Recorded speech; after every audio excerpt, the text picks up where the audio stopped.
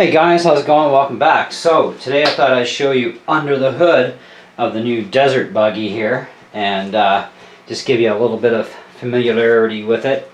So you're going to have to remove a total of 8 screws.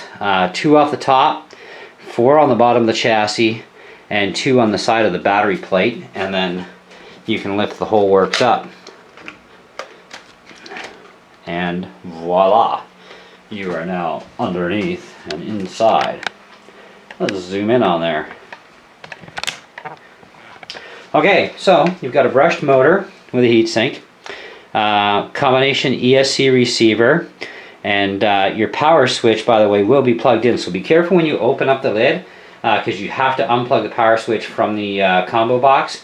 So be careful about that. Don't just go rip, okay, or you're going to break something. Your other 2 ports here are for lights. I've talked about that in a little bit in the review video. And of course you got a servo over here. Drive shaft coming off the transmission to the front to run your front half shafts. And of course off to the back of the transmission to run the rear end.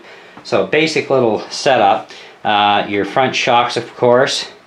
And we've talked about the fact that the only adjustability you do have is adding preload. And all that's going to do is just stiffen things up more or loosen them off, and mine were adjusted a little bit with some preload on them, so I just backed them right off, and voila.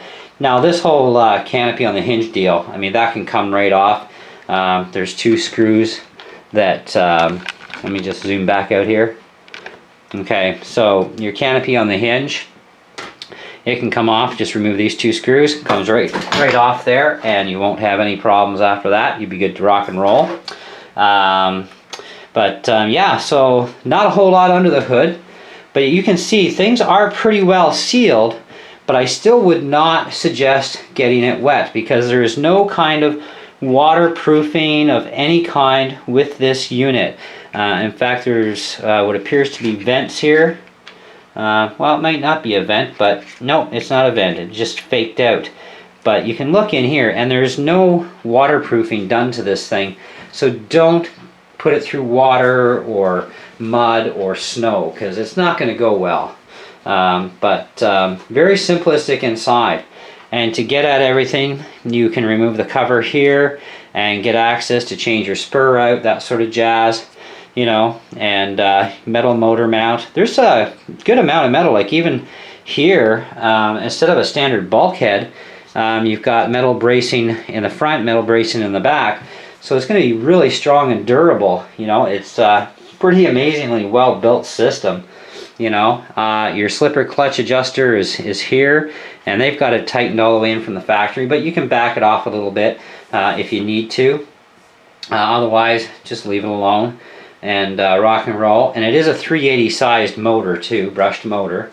Like any brushed machine, you should actually run at least a battery or 2 through it, driving it slow and then picking up the pace, you know, on the next charge, and braking the motor properly, and you'll get the longest life out of that motor, you know what I mean? Certainly if you wanted to go ahead at a later date and maybe put in like a very super mild brushless upgrade, you know, just for longer longevity of the motor, you could do that, but then you're also replacing with a regular hobby grade ESC and receiver, so you're gonna have to jam all that stuff under the hood, as well as you'd be replacing your servo, because this is all proprietary 5-wire servo and stuff. So you know, you could actually put regular hobby grade equipment into this. Even though it is a hobby grade RC, it's entry level. It's not, you know, the next level up, right, where everything is totally separated. So this is some integrated stuff, which there's nothing wrong with that. But if you want that waterproofing and all that other jazz, well, you're going to have to upgrade to regular hobby grade equipment under the hood, and you'll be good to rock and roll. So, but anyways, that was just I just wanted to give you guys a short little tour of the underside and tell you, you know, basically how you got to take things apart. There's 4 screw holes on the bottom of the chassis, right?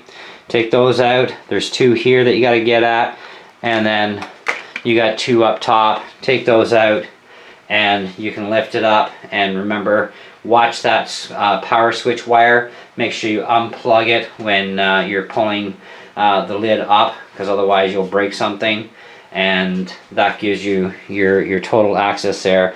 And the body stays hinged on unless you want to remove it. Two, like I said, 2 screws, undo those, boom, done. You know, and it's off and then out of your way too, so you can do the rest of the work you want on your vehicle. So anyway, stay tuned for more videos on this machine.